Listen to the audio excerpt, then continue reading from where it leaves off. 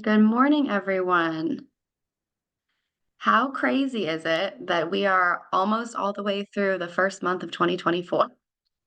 When we were putting the slides together and it said January 29th presentation, I about just lost it. It's absolutely crazy that we're this far into 2024, but so much has happened. I think getting to be out in the community, talking to folks, a lot of really exciting, meet and greets. We got to go to the inauguration of Sarah Namarato as our new county executive in Allegheny County. The winter heat event where Morgan and I last connected from the Carnegie Museum of Art. There have just been really beautiful opportunities to connect with folks. And so that was really my, personal goal for January. One of my good friends and I, we picked kind of words for the year, and hers was priority and putting her work first and making sure she's recharging after the craziness that was 2023.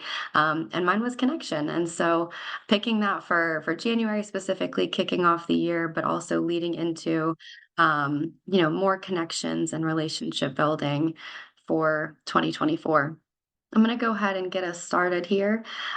So, today's conversation is going to be focused on a lot of different things, very eloquently by our guest speaker, Morgan Overton from Create PA. And we spoke, I think, 2 weeks ago now, Morgan, about the intersection between arts and culture, workforce development, and strengthening connections throughout the region of Southwest PA. And it was a very brief conversation, but towards the end of it, I remember thinking like that was just like recharging and thinking through what that means for advocacy work and supporting small organizations in their work through GPNP supports or other capacity builders throughout the region. So our agenda today is going to be switched a little bit. I'm going to invite Fred on the end of the call to share his thoughts. Morgan will be getting on in just a second, but before we do that, I do want to root these calls in the 17 Sustainable Development Goals and the 5 Social Determinants of Health. The Forbes Funds, for anyone who's new on these calls, since we've had a lot of new faces this month, we use this language to talk about aligning work throughout Southwest PA, the state of Pennsylvania, the country, and beyond, because these global goals allow people from different backgrounds, different mission areas, different sectors, even across for-profit, nonprofit, government sectors, to use the same language. And for anyone I know who, is thinking through a new partnership or setting goals, sometimes it's very clear when you're saying the same things, but using different language. And so the Sustainable Development Goals and the Social Determinants of Health have been a really great way, once the Forbes Funds adopted them, prior to my coming on board, to really streamline that process and help people understand that, even if you don't have the language to point to all 17 goals, the very broad buckets of education, access, and quality, healthcare and quality, neighborhood and built environment, social and community context, and economic stability can be found at the root of a lot of the work of nonprofit organizations and our partners. So just kind of beginning the call with that, please consider, how what Morgan is going to share aligns with those buckets, whether it's a sustainable development goals or the social determinants. And Morgan, I will turn it over to you in just a second, but I do want to go through your very impressive bio. As a staunch advocate of gender, racial, and economic justice, Morgan holds a demonstrated commitment to uplifting intersectional lived experiences and its ability to foster collective impact. Currently, she serves as the workforce director for Create PA, Pittsburgh Film and Theater Works, a new partnership between Pittsburgh Public Theater and the Pittsburgh Film Office to attract and retain and crew work talent in film and theater to support the growing arts industry in Pittsburgh. She has also made history in her election as the first Black woman vice chair of the Allegheny County Democratic Committee. Congratulations again. Morgan is a visual artist. Her work aims to honor the history, humanity, and future of historically oppressed communities. Her work has been nationally and internationally exhibited, namely the United States Capitol, the Showtime Network, and St. Paul de Vence, France. So with that, Morgan, I will turn it over to you to kick off the conversation, and I know we'll get into a little bit more of a dialogue later in the call this morning. The floor is yours. Thank you so much, Emily. It's always good to just revisit your bio, folks, because I know all of us in here wear multiple hats, but when you're in the trenches, you don't realize how far up the mountain you get until you hear about it. So just take those grounding moments. So thank you, Emily, for that. Hello, everyone. I see a lot of familiar faces and names in here, and I really think that's the beauty of Pittsburgh, that we're all 1 degree separated. I always say that, we're a region of bridges, but we need to act like it. And I think the purpose of this call this morning helps to fulfill that. So I'm going to share my screen, which is the number one phrase of the last 3 years. Let's see if I can, though. That is the question. I think I have to change my settings, of course. No worries. I'll look through on this side and make sure. Okay, so it is enabled. Okay. And while you are testing that, if everyone in the chat wouldn't mind, and I meant to say this earlier, sharing their name and organization, that would be really helpful for us because I think sometimes, we jump on these calls and we don't see who's really on them. And so if you wouldn't mind just adding your name and your organization to the chat so we can properly welcome you this morning, that would be really great of you on this January morning.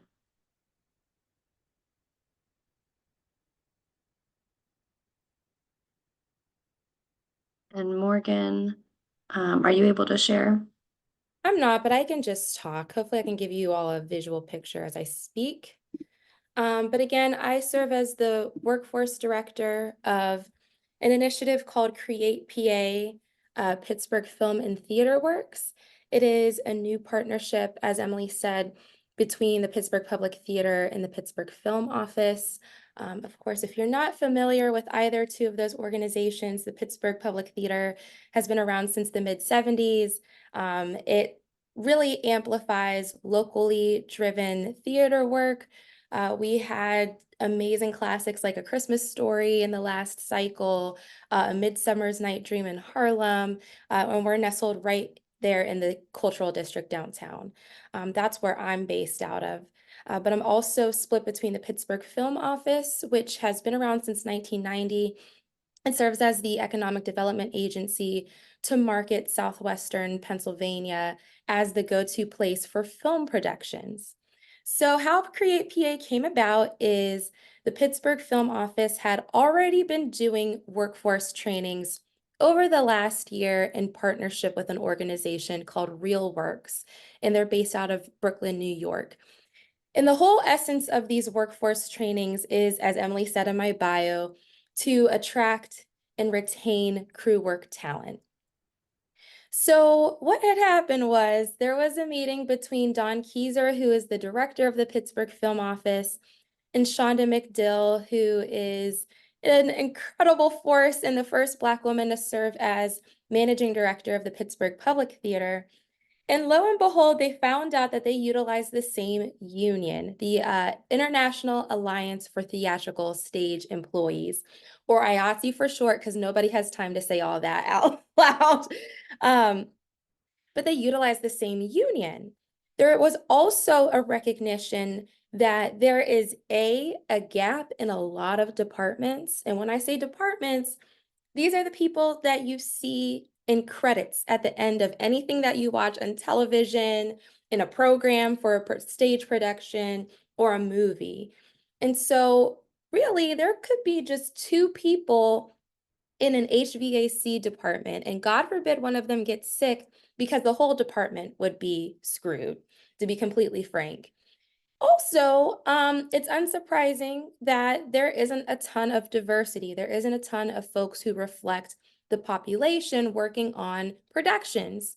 And so the two of them with this collective mission to grow and diversify the crew work talent came together and this partnership emerged. And so as of May of last year, we had a really powerful press conference at the Public Theater where we had Lieutenant Governor Davis, former county exec Rich Fitzgerald, representatives from the mayor's office, and just folks in the industry come to basically baptize this partnership and announce it. And ever since May of last year, we've had over 400 community members sign up for the mailing list to learn more about Create PA. So again, what is Create PA? So as I mentioned, our IATSE union members are our guiding light. They help us determine where are the gaps in respective departments. Is it in electric? Is it in makeup, wardrobe? And from there, we get to work with them to develop trainings. They are the teachers of these trainings. They get paid to do these trainings. And also, the trainings are tuition free.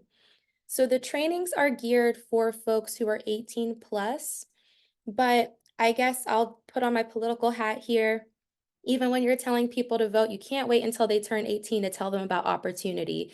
I visit high schools and talk to different community partners all the time before folks turn 18 so that they know what their opportunity is. And so, ever since the beginning of Create PA, also in partnership with the trainings that the film office had already done, we've had 6 trainings. We've had production assistants. Those are the folks who essentially are the gophers, for lack of better terms, on a production set. But that really is your door into the industry so that you can move up to be a grip. Those are the people who are the lighting wizards and really play with how lighting brings the story to life. Electric, we've had a sound production training. And then lastly, we've had a wardrobe training. All of those trainings combined gave us 97 graduates. I'm really proud to say that 70% of them are gender diverse, and that's accounting for women, for non binary, and trans graduates. And 40% of them represent Black, Indigenous, or people of color. Obviously, I'm biased. I want these numbers to raise up. As someone who is born and raised from Pittsburgh, sometimes they sound like it, sometimes I don't. But I'm from Penn Hills, y'all, and there was a point in time where I felt like my opportunity was limited for me here in Pittsburgh, and I left. I moved to Boston, and I quickly became homesick for a myriad of reasons. But one of them was I didn't feel the essence of what we're trying to cultivate in this call there. I feel like Pittsburgh is a place where you can plant seeds and they can grow, but it's a matter of all of us who have an influence in community to do our due diligence and make opportunity abundantly available and clear for people of all intersections. And so this really is a racial justice initiative. This is an economic justice initiative. A lot of people don't think of the creative arts as intersecting with workforce development or economic development. But y'all already know whenever there's a huge event happening in town, whether it's Taylor Swift, because that's music and that's a production, whether it's the Three Rivers Arts Festival, whether it's Hamilton, those are the arts, and that's driving people to town from all over, that's bringing money into the region. But what about the people who help make these things come to life, right? And I wholeheartedly believe, as much as we already know, there's 11 reports out here about how Pittsburgh needs to change and be better. I think we all are well versed in knowing that. It's a matter of action at this point, right? Whether it's policy change, whether it's programs and initiatives, whether it is having robust conversations like this, right? We're at the point now that there's no turning back. And so Create PA is a perfect way of intersecting our labor history, right? Because once people take these workforce classes, they get to qualify for the permit list of IATSE, which means that this is a pipeline into union membership, which means it's a pipeline into family sustaining jobs. The starting wage for IATSE is $24 an hour, right? Um, this is stuff that it's essential. And when we think about unions, I always think of, the big burly yinzers who are doing construction. But guess what? Those big burly yinzers who are doing construction can also help build sets for film and theater. And a lot of my job as a social worker in my trade is talking to community members, is talking to organizations out here who build up our trades, right? Like the carpenters who can help build our sets, like different organizations out here who have already built a network of folks who are just looking for their door of opportunity. And so, I invite each and every one of you to please bombard my email. If you know of any youth, if you know of anybody who would be interested in these trainings, but just also want to learn more about how we can build a more robust arts ecosystem. I'm here to do that. I'm here to build those bridges.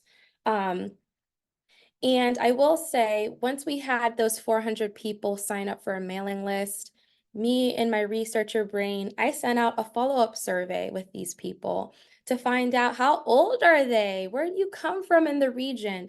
They're from all over Allegheny County, and we've had folks as young as 18 years old and as seasoned as 66. There is no limit to this. And so I'm really excited about this initiative.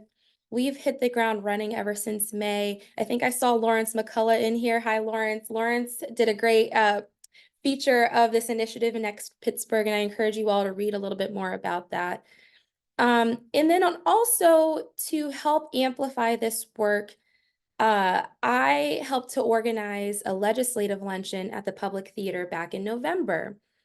And the purpose of this legislative luncheon was really to introduce the public theater to our state house representatives and state senate representatives. We had a nice group of 9 folks who joined us to learn about the work that we do, whether it's in youth, whether it's for veterans, whether it's in workforce development. But it really grew into this idea of the public theater in the film office. We have our specific role in the arts ecosystem. We also can't do it all. We also recognize that I love Pittsburgh. Well, we tend to work in silos here. Um, I know I see Deb Kaplan here. I used to work at the Jewish Healthcare Foundation, and I always give this example that I worked in maternal health care policy.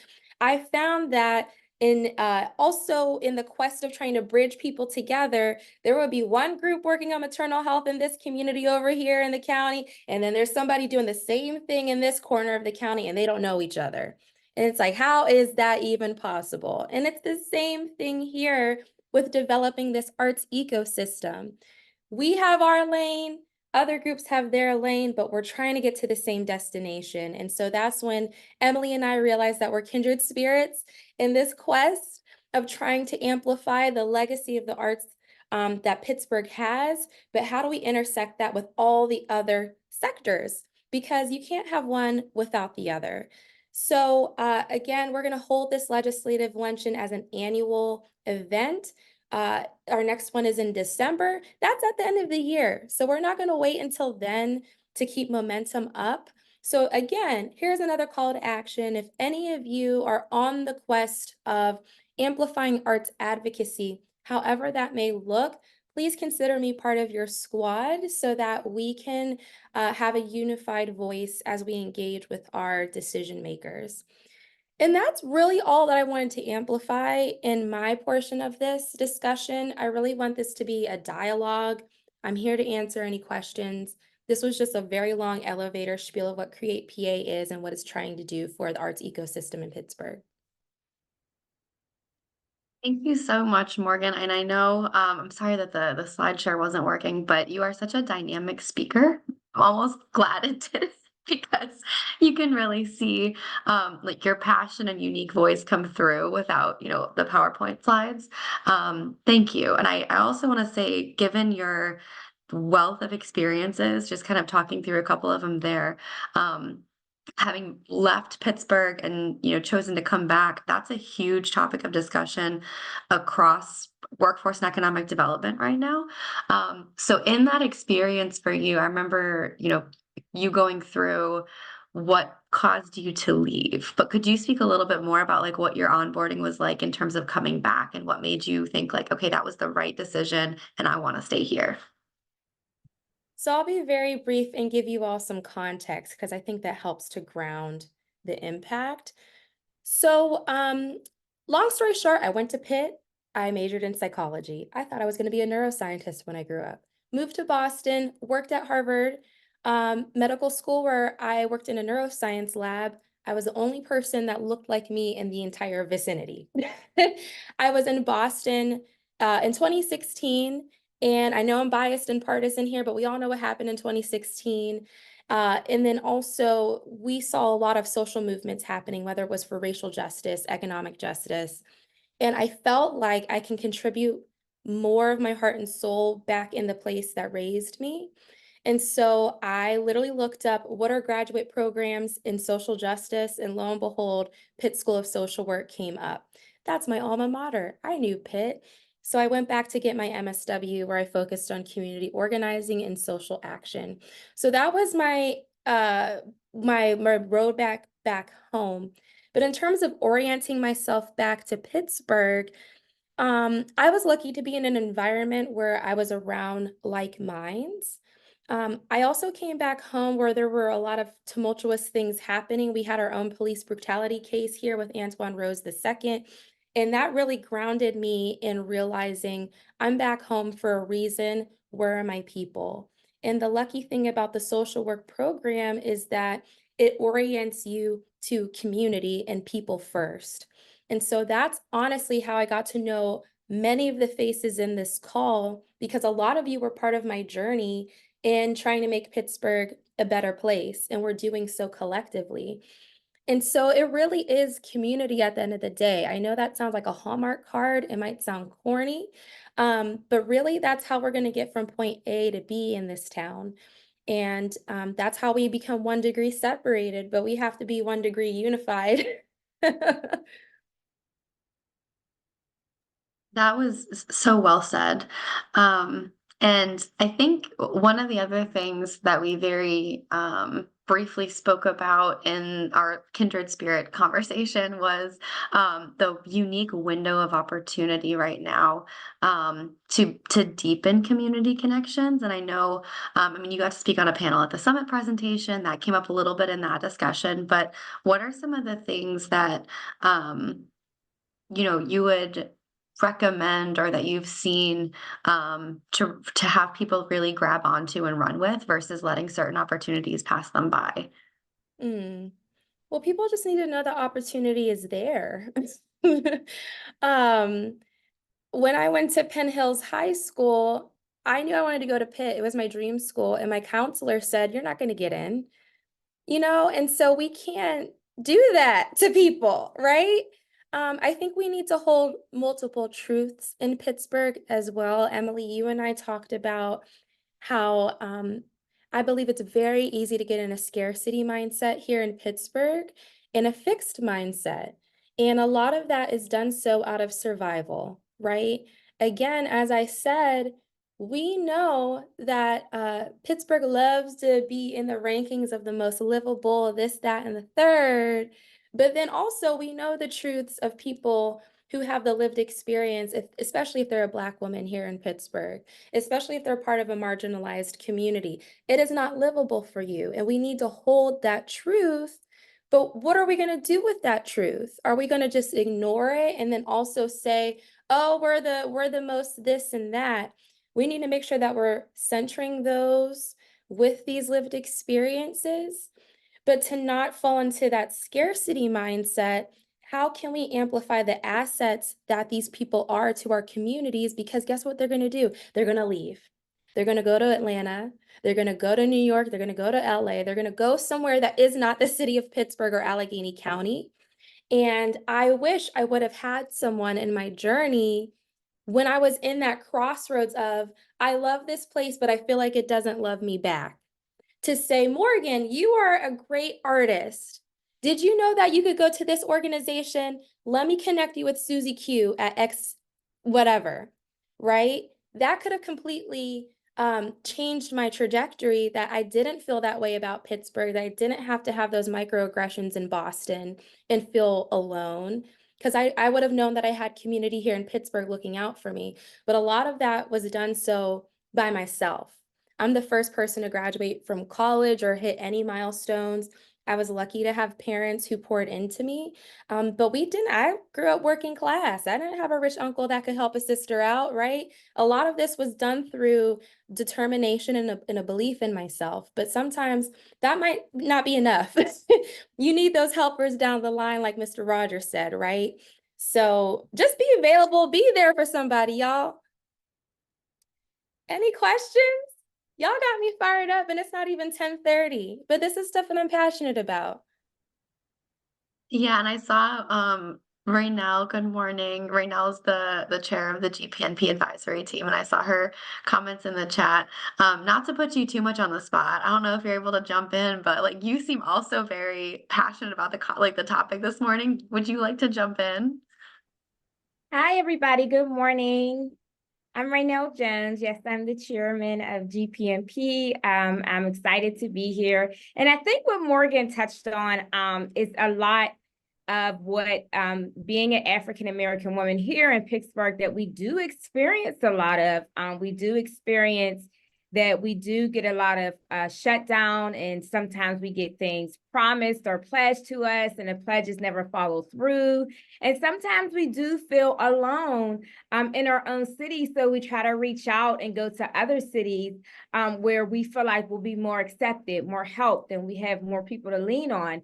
And I do believe that if we all come together and we're all awarded those opportunities to grow in nonprofit or to grow as a local small organization, trying to make a huge difference in the low income communities, because again, they do provide a large asset to a lot of nonprofit organizations, and a lot of grassroots nonprofit organizations don't flourish without having helped the low income community. But how can we make a huge difference and show bigger results in the African American low income communities? Not even just African American, we're a huge diverse, city. And a lot of the times, a lot of these organizations are pledging to do things for single moms, for girls in transitional homes, for at-risk teenagers, in which we're all experiencing. And I think that if we all come together and figure out how we can help with us getting more grants, more funding, more things for us to grow. So we do have a lot of capacity to pay employees. A lot of those truths have to be spoken from a lot of small organizations. That way we can see what is missing there, and we could all come together to see how we can bridge that gap between the small orgs and the big orgs, and what we can do differently instead of repeating the same conversations every year. We want to just show like an amazing number of, hey, these small organizations participated here and we have helped them flourish. So I do think Morgan touched on a lot of things that I believe that needs to be discussed, and let people feel more welcomed, you know, more included when it comes to being a part of a lot of events. So a lot of people don't know about a lot of these things, but it's up to us to speak to each other if we don't know each other, or if you know a sister organization you feel like can benefit. It's just really us getting to know each other and helping each other out in this little foggy space that we see. So I think Morgan did an amazing job. And thank you, Emily, for having me come on. You're so amazing. I love Emily. You. I was gonna say, I feel like to Morgan's mentorship and support piece, you found one in right now. It's like down to the be the light sign in the background. And I saw a couple of questions come through. So let me scroll up here because there were three right away. So Mary Kate asked, can you go more into the intersection of health and the arts and even other issues that people don't normally associate with the arts? That's an excellent question that I can hit on multiple levels. I know for me personally, as an artist and a practitioner of the arts, I turned to it as therapy when I was in Boston, feeling like the lone Black woman treading water. It was a way for me to pour into what I was feeling, but then also amplifying my culture. I also can speak to, again, my experience at the Jewish Healthcare Foundation, where we intersected the arts with maternal health, and people utilized art as a way to raise up maternal health justice. Because I believe art is a way to, it's like the old adage, a photo is worth 1,000 words. It's the same with art. You might not have the words to speak about a certain social issue, or it might just be so complex, but you see a piece of art and it brings something out of you. The other thing that I'll say is one thing that I miss seeing a lot growing up in Pittsburgh, like, neighborhoods like East Liberty, for example, there were a lot of pieces of public art, right, that helped to mark that community. I knew I was in East Liberty because I saw the little girl blowing bubbles, on the what is now the Duolingo building, right? But when you see those things, you feel good about your community, right? It's not, it feels like it's a vibrant place. It feels like, you get that sense of hope. And so it does something to you psychologically. Now, this is the psychology nerd in me speaking, right? But art has such a powerful way to evoke um, power and words and understanding within you. And I think it's really critical that we make sure that, especially young people, have access to it early on, that we're not cutting funding for the arts in schools and in educational settings, right? So that people can self-express early on and they're not shutting that down so that by the time they become older, you can't even fully express who you are because you've been normalized to put that to the side. So those are just a little tidbits of how I think art and health intersect on multiple levels. That was a great question. Thank you. Another one came in from Maura. Could you speak to the process of working with IATSE? Was the value of this training apparent from the start? And what does their support look like? Hi, Maura. So I love working with our unions because, first of all, they are jazzed about this because they get to be the ones who develop the curriculum. They get to be the ones who tell us they have a need and they have the agency to fill it.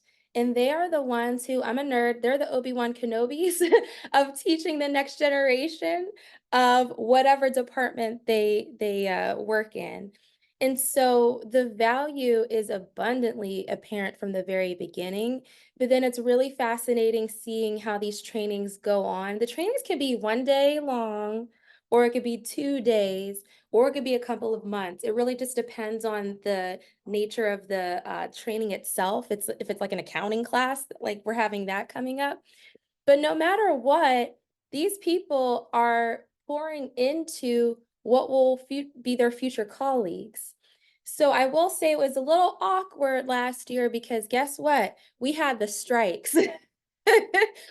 So, we had a fear of training all these people and they wouldn't have work, which kind of happened. But we had a whole slew of people who were ready for Mayor of Kingstown, which is now being filmed here in Pittsburgh. Its third season.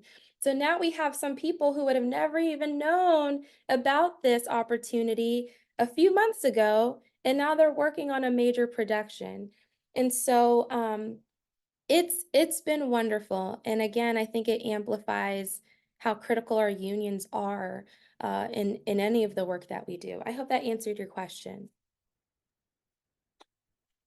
I think so. And I'm going to add a question in here. I didn't put it in the chat, but so one of the things that you mentioned early on was the annual legislative breakfast or luncheon that you wanted to do, but that you're kind of ramping up throughout the year. So, what are some other ways that folks can get involved with this process? What are some either like planned events or opportunities to see you out, at community events over the next few months, especially?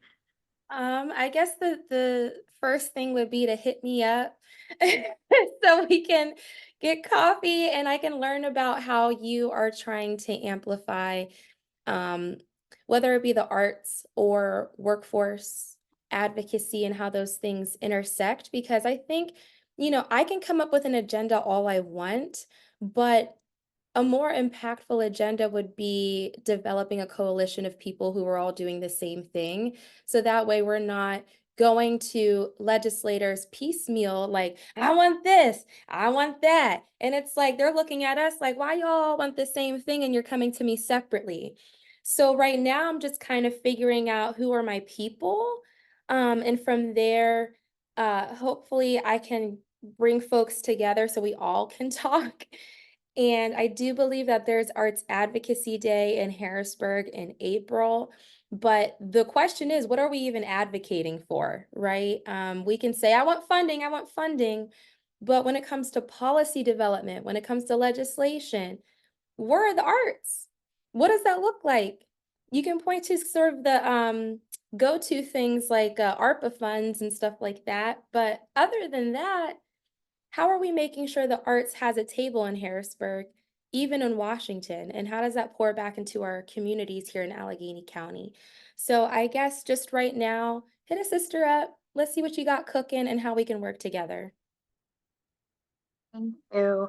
Yeah, well, no, I think we talked about this very briefly with our advocacy agenda aligning in terms of like the connected asks, and I wanted to reiterate 'cause I don't think I shared this, but last year, I think it was in February, it was the first time, like with a Pano freshman orientation for members of the General Assembly, that I heard elected officials say that exact same thing. So it's not just like the nonprofit sector collectively making asks, but specifically saying it's so much easier when we have a group of folks coming to us to talk about how all of these things affect multiple organizations or multiple development goals, that it really helps us kind of craft the impact of these things versus what we've heard for years and years and years, which is come with one ask, don't conflate it, don't make it too complex.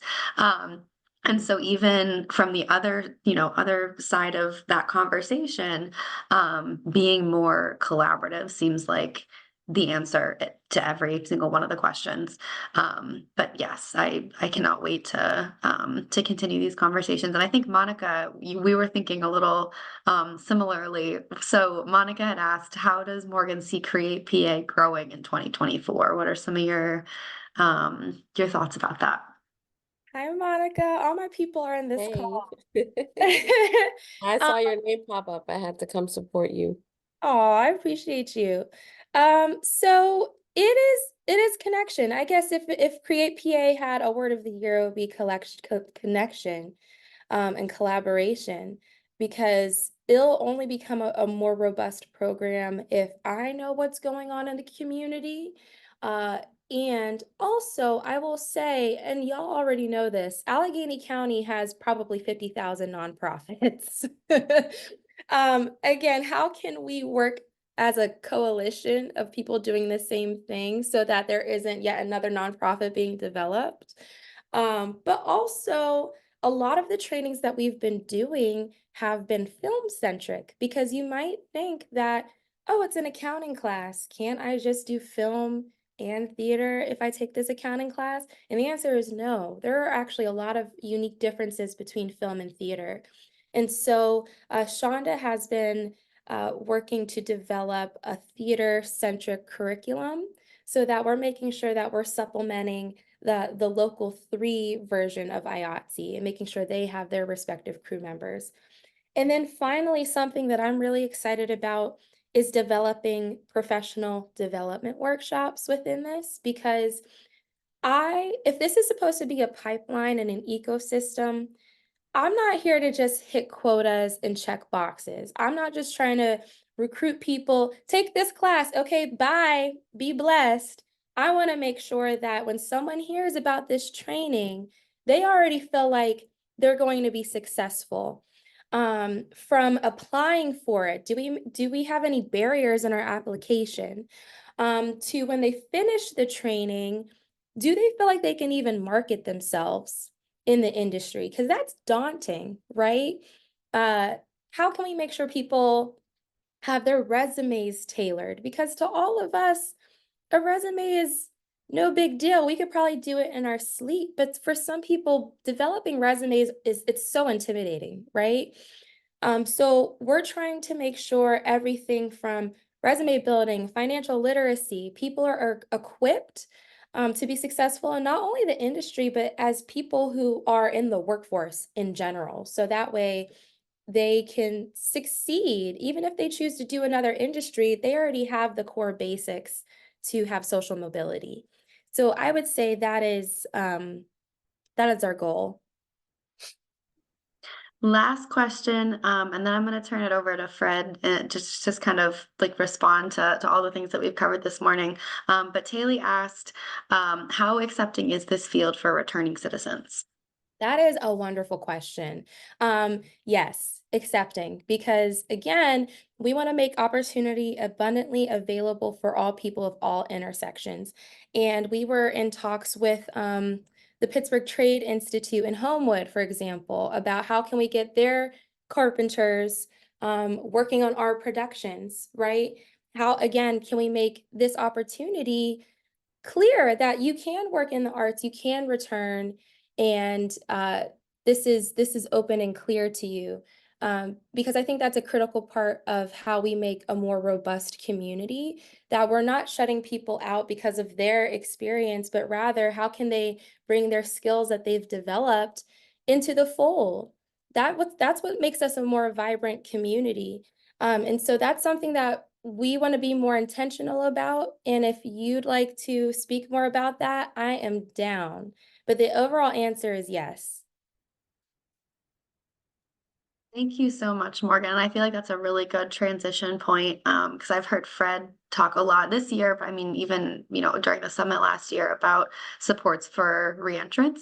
But Fred, just kind of in terms of the conversation that Morgan led this morning, what takeaways do you have? Hey, what's up, Morgan? How are you? It's great to see you. Um, Super excited about the honesty and integrity of the conversation. I think it takes tremendous courage in this time and day in our region, as there's been several assaults against um, the notion of equity, racial equity. Um, I thought what was what was quite interesting in Morgan's delivery was this notion of collaboration. And what we've seen in the region is there's a lot of conversation about collaboration, but not a lot of real honest systemic collaboration. And so when we think about making systemic changes and moving the needle on things, to Morgan's point, there's still a lot of maneuvering around a dollar as opposed to the mission. I think there's a unique opportunity through the arts to galvanize the sector on a multitude of levels, given the nature that art brings a diverse set of stakeholders to the table around, and really use it as a platform to talk about the injustices that continue to plague our community and how art serves as a vehicle to express that in multiple venues. Moreover, art is a constant thing. It's not an event, it's an action, right? Art is evolving. And so how we see art translating what is and isn't happening in our region is very critical. And I think sometimes we see a statue and we think it represents a concluded activity when in fact it memorializes somebody who may have been transformational. Yet when you look at the the targeted activity that's required to sustain growth and change, I don't see it. For example, when we talk to organizations about succession planning, operating reserves, scenario planning, um, strategic collaboration, their use of technology. I've presented probably in the last 2 weeks to 8 regions around the state, and there's a lot of trepidation around technology, in particular how it might be used in our work with UMI score around data sovereignty and our work with Mad Labs around skilling is really critical for us because the longer we stay out of the game, the more people who don't look like us and have our experience put data in the system, the further marginalize the experiences of people of color in different walks of life. So when we look at race, ethnicity, and social economic strata, how is that being aggregated in ChatGPT and other activities? And so when you think about who plugs data in, what is their sphere of influence? What is their life history? It can't take into account mine because I'm not putting that data in. I'm not talking about my experience in Pittsburgh. Despite my ascension in many ways, it's not without complications, right? The more you ascend and seek to unlock the brains of those oppressed people to fulfill their dharma, the more pressure comes upon you to stop. And so I really appreciate Morgan's disposition because we don't see a lot of people being courageous. We hear, and I'll close with this and be open to questions. I say this frequently, and I'll say it again.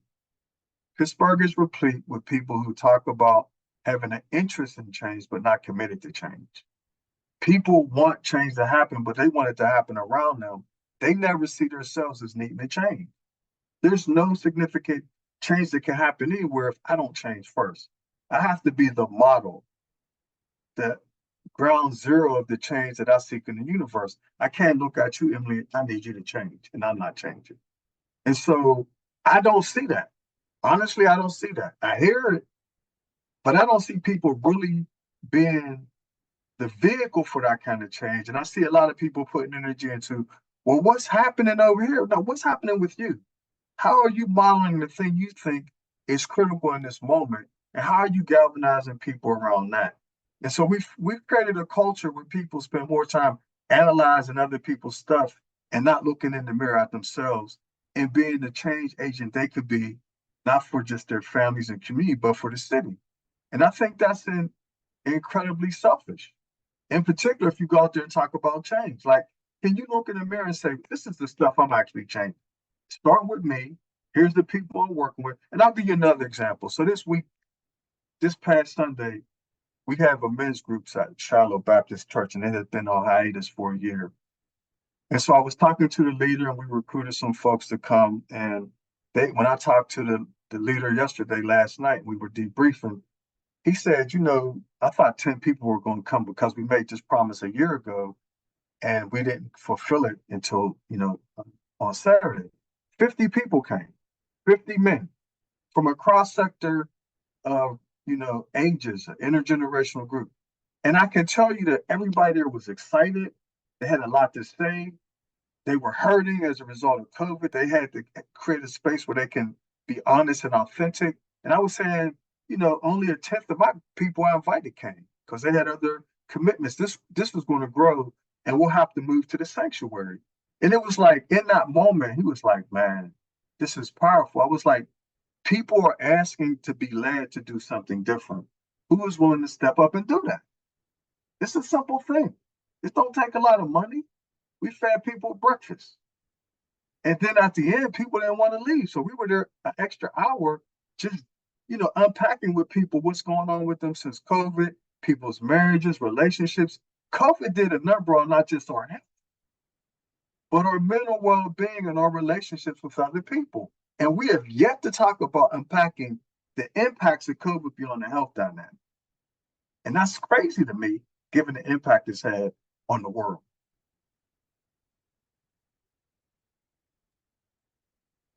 What you just spoke about, Fred, and I'm going to put Rebecca on the spot a little bit. I think we experienced a little bit of the same thing last Friday with our faith-based cohort group, and I was so worried about only like 2 or 3 folks showing up. But we had talked about putting out this number of chairs, and we actually had to like pull up a couple extras, and reorganize the room a little bit that morning. So. Just to make sure that everybody would be able to kind of fit and feel comfortable. And so, Rebecca, thank you, because one of the things that Fred just mentioned around people being, committed to change and working differently and also being open to it, reminded me of what you shared Friday around like having a vision, but also having your hands open and being able to receive things that allow things to change and shift in direction as well. So, thank you for your leadership on that. And Morgan, thank you because of all of the connection points that kind of came up organically as a result of this conversation. I think that's a mark again of you being able to hold, as Fred said, courageous conversations and open things up for people to think and feel. And I think that's a mark of a brilliant artist, but also somebody who's very committed and wonderful at creating community. So thank you for joining us this morning. And I'm going to share very briefly a couple of updates from the Forbes Funds to close out the call. Mostly, I'm really excited about the AI cohorts that we have coming up. A few folks I know have heard me talk about this, but we're still in the recruitment stage for this. So basically, by March of this year, we're hoping to kick off a series of artificial intelligence and strategic design cohorts in partnership with Mad Labs. And there's a little bit of nuance here, so I want to talk through them a little bit, and I'll put the survey to see which might be the best for you in the chat if you're interested in participating in one of these. I highly recommend it. So cohort 1 is AI-assisted, humanity-centered strategic design in a box. And so this is meant to be a pretty quick lift, but it takes a lot of detail-oriented work in that process. So the organizations that would be best fit for this cohort would have a very specific problem in mind that they're working to solve with their organization, whether that's preparing for a strategic plan, launching a new program, or rebranding, or figuring out how you can recruit a whole new type of client, different market, reinventing a mission, or how you deliver impact. And this is a series of guided hands-on exercises that will prepare you to utilize new ways of thinking and designing solutions, while also facilitating these methods within your organization with partners and the populations you serve. So basically, thinking back to the types of supports that you get through a regular cohort, but by the end of this series of conversations, you'll have multiple different ways to consider solving a very complex issue with your organization that can be scaled across different areas and new ways of thinking that you can take forward. Cohort 2 is an upskilling or reskilling opportunity for capable leaders to become even more effective, and this is with the support of AI assistance. So this is an internally facing AI tool where development is the example that we're working with first, because that seems to be the area where we're hearing the most need from nonprofit organizations, looking at building out, better relationships with donors, coming up with stronger answers, making sure that anyone throughout your organization, including board members, can speak to these things eloquently and, very, very quickly, almost like an elevator pitch, and using AI to create answers that are specific to your organization that would impact and improve grant making, partnership discussions, and activating funders and donors. One of the tools that we've seen with our skill builder platform is a very quick FAQ process and something that is iterative. So anytime, the Forbes Funds has a new program or element to a program, I can update it in one place. And this would be able to communicate across anyone I've shared that information with what those changes look like. And so again, that internal AI support and series of prompts that allow you to speak to things that would result in better development information, how it's employed externally, is really helpful. And this also includes a brick mindset or business mindset challenge-based methods process with Adam Pulisic, who is a fantastic speaker and mentor in this space. The third cohort is that externally facing AI. So while the second cohort is that internally facing, and then it's on humans to deploy that information, cohort 3 is hiring and training your first AI development assistant or digital employee that would do all of the things from cohort 2, but then also any ping to your website or outreach or anything like that would turn to action-oriented steps as a follow-up. So for GPNP, maybe that's membership. For the Forbes Funds, maybe it's a cohort recruitment or donation to the organization. So having kind of an AI assistant that looks for opportunities and learns about the tone, culture, and voice of your organization to the point where, we've trained the AI to respond as Fred would to a question versus how I would respond to a question. And those are, very different voices and priorities we speak to. So looking at those 3 levels. One question that we got after last week was, what is grounding this work and this shift? And if I miss anything, Fred, please feel free to jump in. But it's really the 6th pivot of the Forbes Funds, and it's a commitment to artificial intelligence and entrepreneurial operating systems. So figuring out ways that we can help the humans in nonprofit organizations focus on the human pieces, and AI not replacing those, rather augmenting them to harness technology for social good, accountability, bridging the digital divide, and empowering nonprofits to achieve greater impact by, again, being able to focus on more human-centered work, like drafting the scripts and figuring out how you can be creative in that work and bring on new partners while you have a tool and process and system that supports your ability to do so. So that looks like artificial intelligence awareness, development of digital assistants, and then strategic design tools so you can identify the most impactful spaces in your organization to be able to employ those.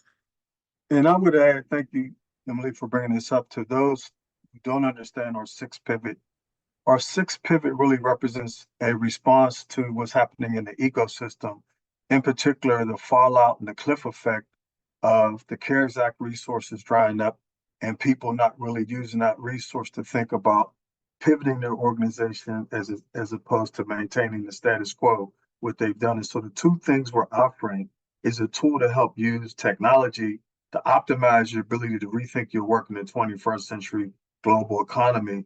But the first and more prudent one is thinking about your work from an entrepreneur perspective and not just a grant writer. There's nothing wrong with using grant dollars to seed the great ideas of your organization. But at the end of the day, if your organization can't fulfill its purpose by creating regenerative ideas that people gravitate towards, then in some ways, the social service you're doing has a dead end. There's nothing that's alive that's dead. That's a counterintuitive response mechanism. If it's alive, it's alive. If it's dead, it's dead. Our sector has death components in it where people have stopped learning. They've stopped learning how to be different, and they're stuck in what I would call paradigm paralysis, where they think this is the only way to do stuff. Contrary to popular belief, during COVID, almost every foundation has done a strategic plan, and they're looking at the role technology plays in the distribution of the resources. While at the same time, almost all of the small nonprofits, which around 97% in our region have budgets under $3 million, have not ramped up their technology response mechanism to keep pace with the requests coming from foundations. So what's going to happen? People will not be able to have an adequate request for a proposal that looks at data in a way some of the foundations are looking at data. What's going to happen? People are going to fall off a cliff, put their head in the sand and say, well, this always worked for us. And they're going to go out of business, and we're going to be sad. The nonprofit sector plays a critical role in serving as the safety net for human development. I think it's very critical, which is why I'm in this job. However, if we don't grow, if we don't evolve, if we don't carpe diem, then we miss the opportunity to serve our purpose. We should not be holding people's hands just to stay in the same place. We should be giving them a hand up to transform their lives into what is the emerging opportunities in our sector. And we are not doing that in a scalable way. You, Fred. And I saw a message in the chat. If anyone else needs me to email the link to fill out the interest form on this, please let me know. Emily@forbesfunds.org, and I can put it in the chat again after. Just as a recap to our Public Policy Committee last week, we have the recording that'll be up on YouTube and posted in our newsletter this Friday. It was a really great conversation. We had Committee of 70, Black Women's Policy Center, League of Women Voters, and PUMP all talking about their priorities for this election year, what information they'd each be hosting and sharing out with their respective communities, and ways that nonprofits can be getting involved in encouraging voter registration and individuals to understand the positions of various candidates so we can hold them accountable once they're in office. A couple other resources from United Way of Pennsylvania and PANO will also be linked, looking for that this Friday. So again, look for those updates. And then just as a follow-up to last week, we just had a really great conversation. I want to again thank Rebecca for opening the door to that and leading a really great session during the summit that enabled us to continue that conversation. For anyone who is interested in learning more, please feel free to reach out. We are going to continue meeting. We're still figuring out what that looks like. But again, it was a really great start to the discussion.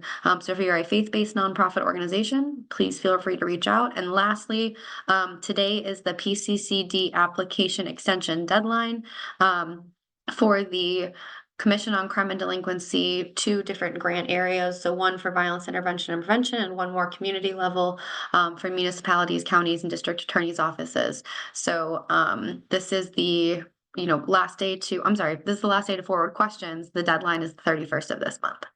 Thank you everyone for joining us this morning. We are ending right on time. I appreciate your time and attention, and I look forward to speaking with you all soon. Have a wonderful week.